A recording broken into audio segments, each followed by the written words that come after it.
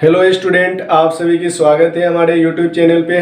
आज मैं क्लास 10 का इतिहास पढ़ाने वाला हूँ और इस क्लास में हम लोग इटली के एकीकरण के उस महान योद्धा के बारे में पढ़ने वाले हैं जो जिसे इटली का हीरो कहा जाए तो कम नहीं है। तो उस योद्धा का नाम है गैरिबल्डी, यानी कि आज हम लोग गैरिबल्डी के बारे में पढ़ने वाले हैं। तो इस क्लास को शुरू करने से पहले प्लीज़ आप वीडियो को लाइक कर लीजिए और इस चैनल पे यदि नए हैं तो इसे सब्सक्राइब कर लीजिए, ठीक है। और मैं साथ ही बता दूं कि इस वीडियो को आप लोग पूरा देखिए, क्योंकि वीडियो के अंत में मैं आप सभी को 10 वीवीआई ऑब्जेक्टिव प्रश्न उत्तर कराऊंगा जो बिहार बोर्ड परीक्षा के लिए जो 2023 में जो लोग एग्जाम देने वाले हैं उनके लिए बहुत इंपॉर्टेंट होगा, यानी कि वो सारे क्वेश्चन वीवीआई होने वाले हैं, ठीक है।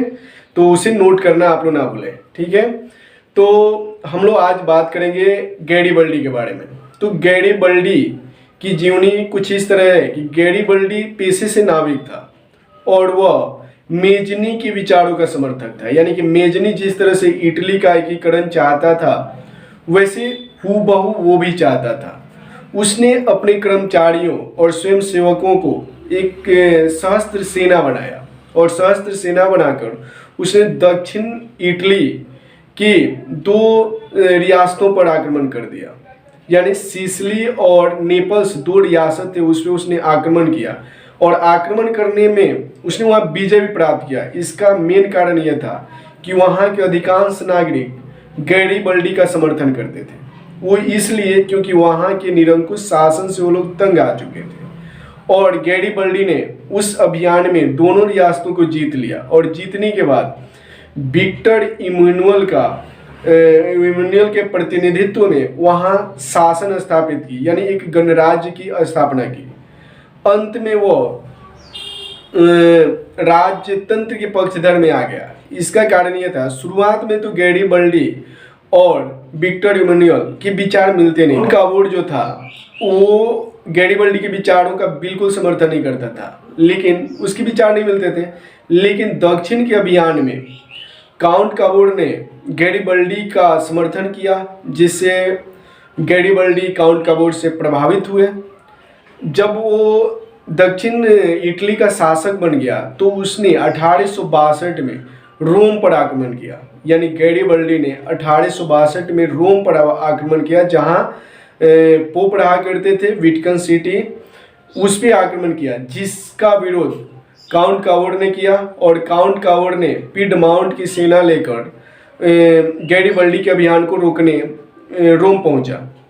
इस बीच काउंट काबोर और गैरिबल्डी के बीच वार्तालाप हुई। इस वार्तालाप का फल यह निकला कि गैरिबल्डी ने रोम की अभियान को त्याग दिया और अपने दक्षिण की जीती हुई क्षेत्र यानी सिसिली और नेपल्स का जो क्षेत्र जीता था उसने विक्टर इमैनुअल को बिना शर्त को सौंप दिया। और इस अभियान को सौंपने से विक्टर इमैनुअल ने दक्षिणी क्षेत्र यानी इटली के दक्षिणी क्षेत्रों का गैरिबल्डी का शासक बनाना चाहा। उसने पेशकश किया कि गैरिबल्डी उसका शासक बने, लेकिन गैरिबल्डी ने इसे अस्वीकार कर दिया और साथ ही गैरिबल्डी ने अपनी जितनी संपत्ति थी उसने राष्ट्र के नाम कर दिया और ये अभियान छोड़कर, यानी कि वो सिंपल जीवन जीने लगा, यानी कि किसान बनकर अपने जीवन जीने का निर्णय किया। अब बात आती है कि दुर्भाग्यवश एक समय ऐसा आया कि 1862 में काउंट काबोर की मृत्यु हो गई और इस तरह से काउंट काबोर इटली का पूरा एकीकरण देख नहीं पाया। तो अंत में विक्टर इमैनुअल ने रोम और वेनेशिया को खुद अपने नेतृत्व में इटली में मिलाया और वो उस समय मिलाया जब प्रसा और फ्रांस के बीच युद्ध हो रहे थे और फ्रांस और प्रसा के युद्ध का फायदा उठाकर विक्टर इमैनुअल ने पोप की राजमहल को छोड़कर बाकी सभी रोम को इटली में मिला। इस तरह से 1871 में संपूर्ण इटली का एकीकरण हो गया और इस एकीकरण में महत्वपूर्ण भूमिका मेजनी, काउंट काबोर और विक्टर इमैनुअल ने निभाया। तो इस तरह से हम लोगों ने क्या इटली का संपूर्ण एकीकरण पढ़ा और अब आप सभी अब मेरे द्वारा जो ऑब्जेक्टिव प्रश्न दिए जा रहे हैं उसको नोट कीजिए, और नोट करने के बाद इसको तैयार कीजिए, नोट्स बनाइए, और इसे याद करने के बाद परीक्षा की प्रिपरेशन कीजिए। ठीक है।